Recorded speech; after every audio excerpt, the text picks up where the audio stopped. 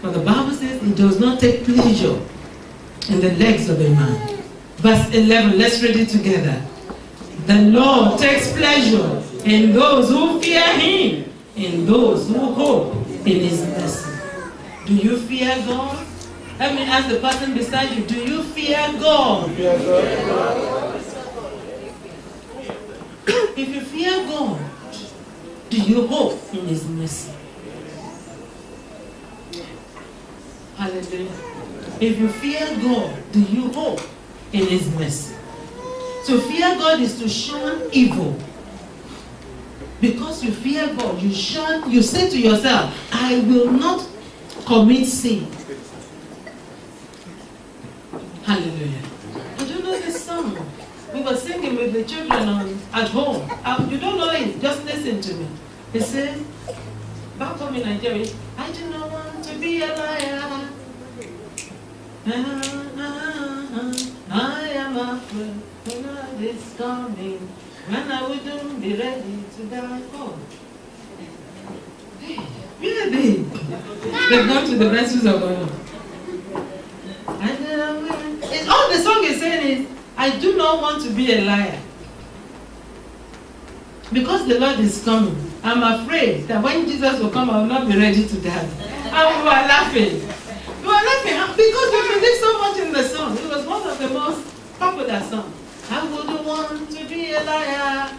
I know the reason why I am afraid. The Lord is coming, and I wouldn't be ready to die. Something like that.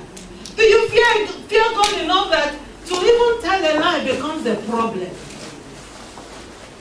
In the year 2007, did you live in the fear of God? And did you hope in his mercy? Did you hope in his mercy? To hope in the mercy of God is to trust him enough without failing. You know, the Bible says in Romans chapter 4 that Abraham hoped against hope. That if the conditions were contrary, the conditions were not in line to his expectation, but he held on to the word of God. He held on to the promises of Jehovah. He hoped in his mercy. Hallelujah. Thank God for the year 2007. I know you have victories in your life. Actually, at the beginning of December, the Lord said to me, we are going to finish victorious. Hallelujah. And I want to thank God for the testimonies that we have received. Hallelujah. Amen. And I believe, God, that on the 31st, you will rise up to give your testimony. But before then, you are going to rise up to pray in thanksgiving. We're going to stand up now. We have 3 sessions of prayers. 3 sessions of prayers. As the Lord is leading us. The first session is deep thanksgiving. I want you to stand up to your feet. I want you to have gratitude bubbling in your heart. You know, when the choir said, let's sing, let's dance, to some of us, it was strange. Our system was not yet awake. We were in church, but our body was not yet in church. Our mind wanted to worship, but we were not ready physically. But do you know what? The Bible says God does not take pleasure in the strength of the horse. He takes no pleasure in the legs of a man. He only takes pleasure in those who fear him and in those who hope in his mercy. If the Lord has taken pleasure in you this year, you have a reason to thank him. I'm talking about deep appreciation. I'm talking about you going beyond your normal self to say, God, I thank you. I will be reading all the prayers for Thanksgiving. I will not be praying for you. You will be praying for yourself because I need to pray for myself. Hallelujah. Amen. The first Thanksgiving you are going to give to God is for your life. Your own life. Tap yourself and make sure you are here. Just tap yourself here. Hallelujah. Amen. Amen. I want you to know that you are not just a body. You are a spirit having a soul living in a body. You are going to thank God for your spirit, your soul, and your body. How God has kept you together. You are going to thank him for his faithfulness. I want you to open your mouth and begin to say, Lord, I thank you. If you don't know any other prayer to pray, just thank him. Thank him for the hair on your head. Thank him for your going out and your coming in. Thank Thank you for the favor you receive. Thank you for the message that you receive. Thank you because of his love towards you. Thank God because he is worthy. Thank God because he's worthy. Thank God for your safety. Thank God for your provision. Thank God for healing you.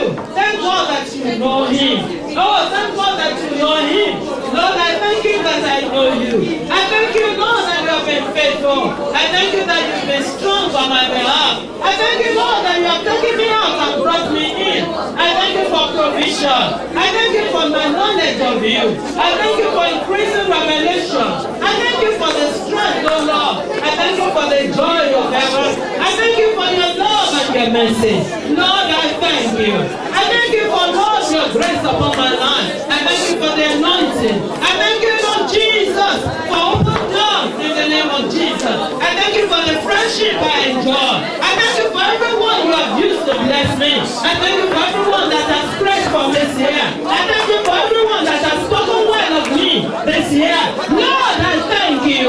Daddy, I thank you. Jehovah, I thank you. Even for dreams and for visions, I thank you, O Lord, for your word that I received. I say thank you, Lord Jesus. For some of us that our families are here because of the busyness of our lifestyle, we see ourselves 1 hour a day. Actually, sometimes when you kick your partner on the bed, you remember they are on the bed because you have to get up and go.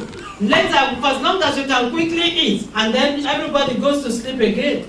Or you are in front of the television, not good conversation. Today, you're still going to thank God for that household.